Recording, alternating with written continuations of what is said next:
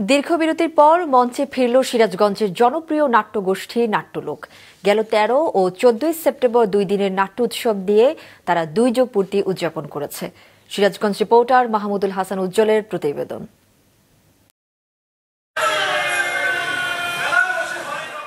বান্নির মেলায় ছদ্মবেশী রূপসুন্দরীর সাথে সলিমের দেখা আর ঘটনাক্রমে সলিমের বাড়িতে আশ্রয় নেয়ার পর প্রণয় থেকে বিয়ে হয় রূপসুন্দরীর। বাইজিপাড়ায় জন্ম নেয়া রূপসুন্দরী পুরুষের রোশানল থেকে বাঁচতে মায়ের পরামর্শে নিজের রূপ লুকিয়ে নানান জায়গায় ঘুরে বেড়াত।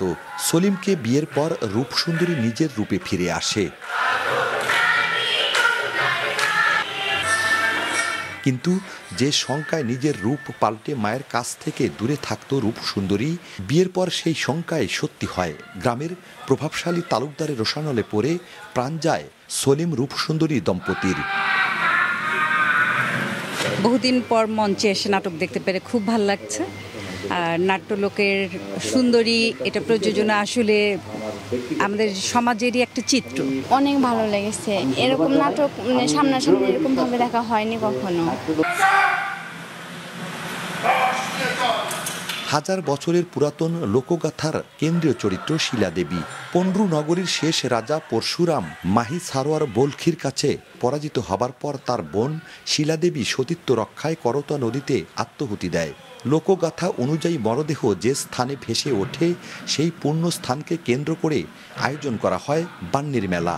নাট্যকার মাহবুব আলম ভিন্ন প্রেক্ষাপট রচনার মধ্য দিয়ে শিলাদেবীর এক পরিবর্তিত রূপ নির্মাণ করেছেন। নাটকে নাট্যকার দেখাতে চেয়েছেন কাল পরিক্রমায় সব ঘটনার পরিবর্তন হয়। জীবন ধারণে আধুনিকতার ছোঁয়া লাগলেও নারীর প্রতি পুরুষের দৃষ্টিভঙ্গি হাজার বছর পূর্বে ও পরে অপরিবর্তিত রয়ে গেছে। বর্তমান সমাজে এই ধরনের নাটক আমাদের খুবই দরকার। অনেকদিন এই ধরনের নাটকের স্বাদ আমি পাই না বা আমরাও পাই না। মঞ্চ নাটকের যে উপস্থাপনা এখানে আমি দেখলাম, যদিও আমি টাঙ্গাইল থেকে আসছি, তো আমি সত্যি খুবই মুগ্ধ হয়েছি তাদের অভিনয় দেখে। গ্রামীণ যে কালচার, গ্রামীণ যে সংস্কৃতি আমার এই নাটকের মধ্যে সম্পূর্ণভাবে তুলে ধরা হয়েছে এবং নাট্য অভিনেতা অভিনেত্রী এনারা অসম্ভব অনেক সুন্দরভাবে এই নাটকটা উপস্থাপন করেছে। দীর্ঘদিন পর মঞ্চে নাটক উপভোগ করতে পেরে অভিভূত দর্শকেরা, তেমনি খুশি শিল্পীরাও। এই নাটক করে আমার অনেক ভালো লাগলো।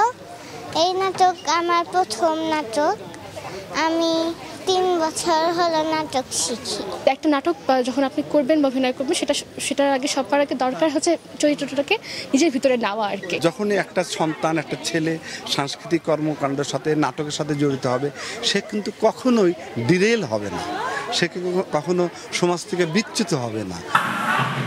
নাটক প্রতিক্রিয়াশীল চক্ররোধে ভূমিকা রাখে, সমাজে নানা অসঙ্গতি দূর করতে সহযোগিতা করে আরও নাটক মঞ্চস্থ করতে উৎসাহ দেন দলের প্রধান পৃষ্ঠপোষক। প্রত্যেকটা নাট্য গ্রুপের পক্ষ থেকে সিরাজগঞ্জে এই নাটক মঞ্চে আসা উচিত এবং নাটক যদি না হয়, নাটক যদি মঞ্চস্থ না হয় তাহলে প্রতিক্রিয়াশীল চক্র বেড়ে উঠবে। আমাদের সমাজে অস্থিরতা বেড়ে যাবে, সমাজে যে সন্ত্রাস, যে দুর্নীতি এগুলি বেড়ে যাবে।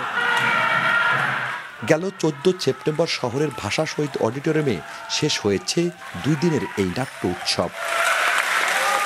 মাহমুদুল হাসান উজ্জ্বল, মাছরাঙা সংবাদ, সিরাজগঞ্জ।